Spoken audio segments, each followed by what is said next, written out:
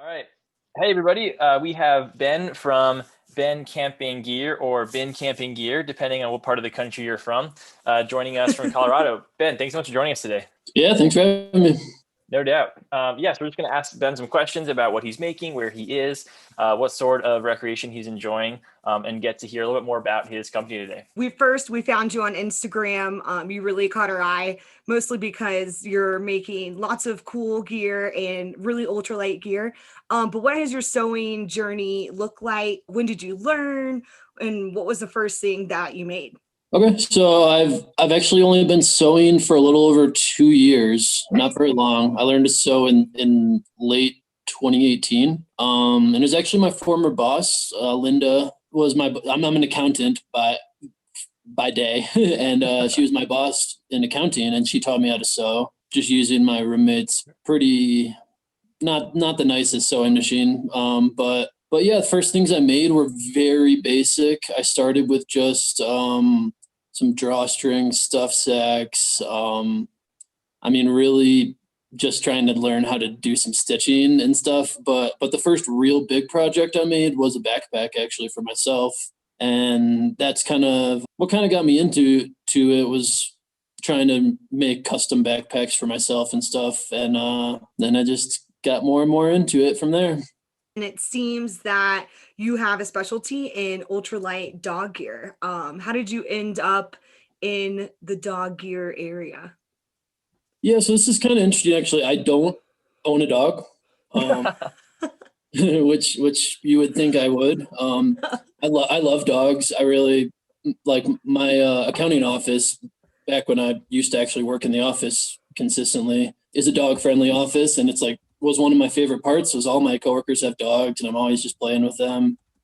And then a lot of my hiking buddies would bring dogs with us on hikes too. So I'm always around dogs, and I love dogs, and I just feel like there's all this ultralight gear for people, but there's not that much ultralight gear for dogs. But dogs still need gear. And like I live in Colorado, and I'm hiking 14ers and stuff a lot, and I see dogs all the time. But it's like people have the bulkiest, I don't know, weird gear for their dogs, but then they have this super nice gear for themselves, and it's just seemed like there was a space for some better products there. No doubt. I feel like that's a really good point. There's a big discrepancy in when you're carrying, oftentimes you end up carrying some of your dog's gear, right? Like even a dog pack can only carry so much. So if you're carrying ultralight and then you have unreasonably large leash or bowl or whatever it is, that is weight you have to carry, right? hmm Yeah, and I feel like people don't really think about it as much, but if you're hiking with your dog consistently, you got to think about that way too. So I felt like there was just a kind of a little bit of a hole of there's not that many products out there for it, and there's a lot of people that hike with their dogs. So I felt like there was a room for me to fit into that niche. I felt like. So turning back to your making, you also are super into outdoor ink and colorful patterns. Do you have a favorite pattern, favorite colorway?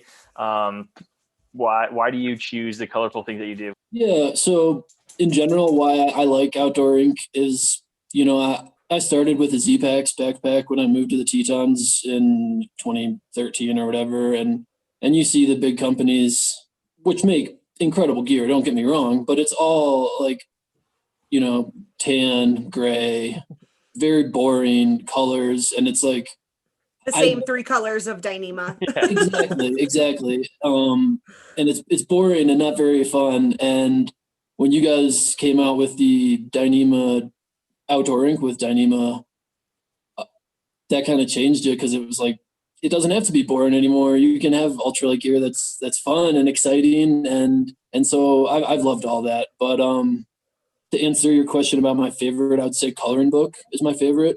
I've always been kind of into like comics and stuff growing up, and it kind of reminds me of that. So that one is fun. It's different. It's every piece I cut out is different, which is fun. It's all unique. And I guess my other one that I use a lot, which I really like, is the blue donut print, which everyone always tells me is I have a wallet made out of it, and everyone's like, "Oh, nice Simpsons wallet." And I'm like, "Well, I guess, sure." So dig more into the Dyneema for us. What what did you first work with? And then when did you end up working with Dyneema, and how did you kind of realize like, this is really the stuff that I want to stick with? Yeah, so I've been into Dyneema way before I started sewing.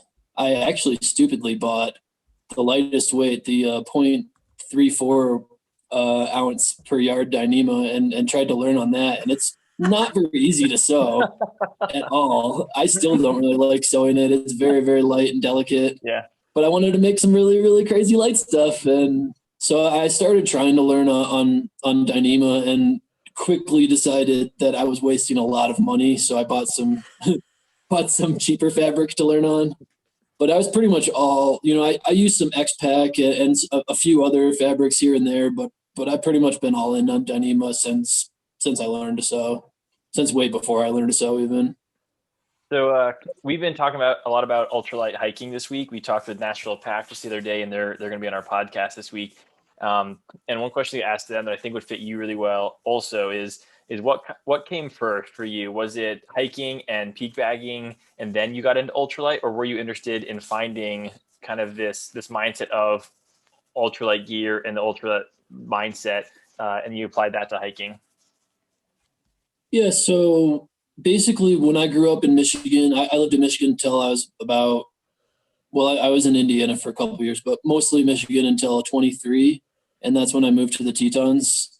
I wasn't really into hiking and stuff, so I was buying all my gear then, when I moved to the Tetons. And I wanted to kind of be light, but I was really just, trying to buy a gear. So I bought a Z-Pack backpack, but I also bought a lot of like more traditional gear, which didn't really add up that well.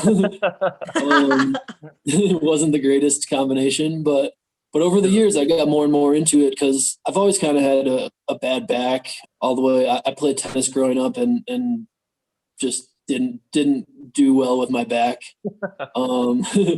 So I always felt like if I had less weight, and also all my friends that I moved out there with were in way better shape than me. So I felt like if I had less weight, I could maybe keep up and could maybe go farther in general. So I guess basically as soon as I started hiking, I was a little bit into it, but I was kind of limited by, money because Sure. It is expensive to get into right away. So I kind of eased my way in, but I mean, I fell in love with that, with the Dyneema backpack right away. It was like the most incredible thing, even though my gear wasn't the best for it. That quickly changed. Well, eventually changed. I got lighter and lighter gear. You kind of mentioned that cost is a barrier into getting that. Would you say that is the one main barrier of getting into ultralight is cost? I'd say it's a pretty big barrier. I guess it depends on the person. I hike with most actually of the people I hike with to this day, carry a pretty traditional like Osprey or whatever, like pretty heavy pack and, pretty heavy sleeping bag and stuff. And I try and always tell them, but some people just kind of like their comfort, I guess, traditional gear. And I don't know, it just takes the right person. Some people are into it and some people aren't, I guess. And some people want to be really light and some people don't really care. And it is definitely an extra cost though. And it is typically a little bit less durable. I mean, depending on the item. So there's some downsides definitely, but I think it just totally depends on the person and what they're looking for. Yeah, I think that's a fair answer. I think definitely there are those people that are competitive about the miles that they put in, about the weight that they carry. They're the people who, like, when you walk up, they're like, how much weight you carrying? How many miles did you walk today? There are those people. And then there are people who are, they're just out there to have a good time. They don't want to sit on a rock. They're going to sit in your camp chair. And that's cool too. However, people want to adventure. I just, always encourage people to get outside. And I think a lot of people do think that it is cost, but there are ways to be more cost effective when it comes to making that ultralight gear. So thanks. That was a good answer. What sort of patterns, colors, what's missing in our catalog right now? I mean, I love the Dyneema that there is, but there could definitely always be more prints. It's hard to say, like dropped a bomb on you there. That was not a prep question. I mean, I love all the prints in general, and like the more prints you have, the more I would buy and make products out of, because I mean, I make the same product 5 different ways, and some people, like the tree frog dry bag, and some people like the coloring book dry bag, and I think it's good to have that variety, and I personally find it fun as well for making my own gear. So if you could add one like food item, like the donut Dyneema, what food item would you have printed? either maybe pizza, like slices of pizza, or bacon. Yeah. I think that's good, but I think if we do pizza, we need to have like it with the cheese melting off the sides, like the drippy cheese pizza. That's just my opinion. Kyle. Yeah. All right. We'll get this one started. Ben, maybe we can get you we'll get you free stuff for the idea. Yeah. Like a deal. This is recording still, right? Yeah. Oh yeah. Sorry, Kyle. No, pizza, donuts, that would be a great one. I don't know personally why we don't have it already. I even think like a coloring book, but without colors, like just like black and white version of it would be kind of fun too. I totally agree. It's not as colorful, but it'd be interesting, I think. No, it would be really cool. I've always thought about the coloring book kind of like like a stained glass. So imagining that like on different, like if you just took a black outline with the color or with the Dyneema as the color, and you could kind of get like a monochromatic coloring, that would be cool. I totally agree. That'd be awesome. But yeah, if you guys come up with more stuff, I'm definitely down. So let me know. We're wondering if you had any gear nearby that you wanted to show off. Anything on your workbench? Here is the dry bag I'm making, but it's only halfway done. That's okay. Oh, I love that. It's like candy frogs. Yeah, I like the frogs. It's a fun one. And like with this is 1.0 ounce Dyneema, so it's like you can kind of even see through it, which is pretty fun for a dry bag, be able to see your gear. But otherwise, I don't know anything that's all that made. I mean, I have some squares that will be dog bowls in a little while. Here's Topo, blue. Yeah. Nice. Blue, oh, there goes my computer screen. Blue 1.43 ounce. So nothing that exciting. I've just made a lot of new products recently, new sizes of dry bags, and I've just been getting a lot of new fabric and stuff, but nothing really prepared. No, that's okay. We all love to see what you've been working on, and it's fun to see just kind of what's going on in your world. So thanks for showing that off. Yeah, definitely. If people dry bags tonight. Yeah. If people want to buy something, how can they find you online? So I have a website which I started probably 2 or 3 months ago, which is bencampin.com, BenCampin.com. And I also have an Etsy store, which is Ben Campin. If you just search Etsy for Ben Campin, you should find it. Pretty much the same stuff. A little bit more on my website itself. So a little bit more variety there. And then I also have a few things that are sold through Garage Grown Gear. They stock my dog bowls, so you can find their stuff there as well. Cool. Ben, thanks so much for joining us today. It's been super awesome to talk to you, and I think everybody else will appreciate your maker story. We like to do these maker spotlights in a lot of ways, the way that I like to see it is that we don't sell the finished product, but you guys bring it to life, right? So we were able to get it to you guys, and you really do the fun stuff. So we're really excited to talk to you. Thanks for spending some time with us and sharing your story with the people that want to see your gear.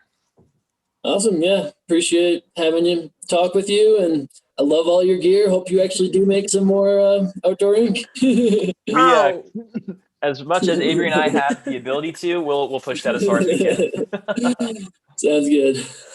Yes, thank you again so much. And like always, we love to see what you're up to and what you're creating. So thank you.